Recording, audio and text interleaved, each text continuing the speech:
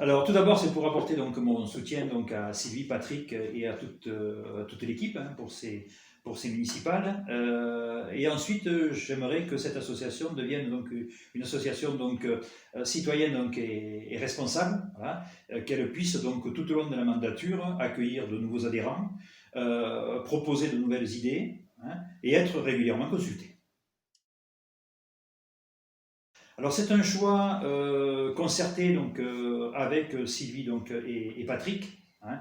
J'ai souhaité être disponible pour apporter mon concours à tout ce qui est donc, projet donc, et dossier.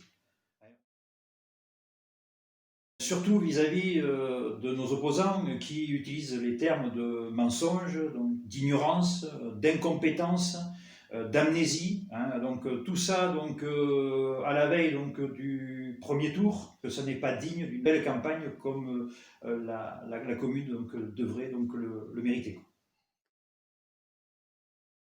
Il se transforme un petit peu donc, en donneur de leçons, okay, ces opposants. Il transforme, il déforme un petit peu donc, nos propos et nos projets. Hein. Et en fait, je vais vous donner donc, deux exemples. Le premier, c'est les Hauts-de-Saint-Hilaire.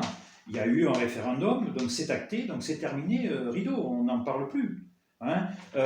Maintenant, donc, eux de leur côté, donc, ils ont fait, soi-disant, donc, des ateliers participatifs. Hein. Depuis 3 ans, on ne voit rien du tout. Hein.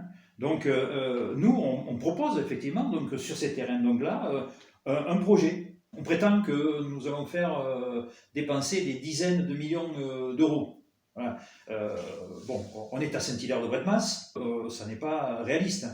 Par contre, nous irons chercher effectivement des financements auprès donc d'Alès Agglomération, du département, donc de la région, autant que faire se peut, donc pour réaliser des projets ambitieux et des projets ambitieux qui font donc défaut donc depuis des années donc sur Saint-Hilaire-de-Brethmas.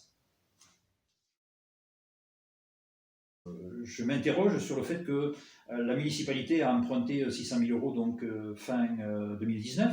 Je suppose que les 600 000 euros donc ont été donc dépensés puisque quand on lit le spécial Covid diffusé par la municipalité, ils font apparaître des budgets donc, exceptionnels de 100 000 euros, hein, qui posent donc des difficultés. Alors, est-ce que nous sommes en situation de crise? Est-ce que les caisses sont vides? Enfin, moi, je ne m'y retrouve pas. Surtout que dans une page suivante, on parle donc d'aider les entreprises à hauteur de 130 000 euros. Voilà. Donc tous ces chiffres donc là donc m'interpellent et comme je dirais donc j'ai suffisamment passé donc de temps dans ma carrière professionnelle donc à traiter donc des sommes donc importantes, voilà, je m'interroge sur ces dispositions.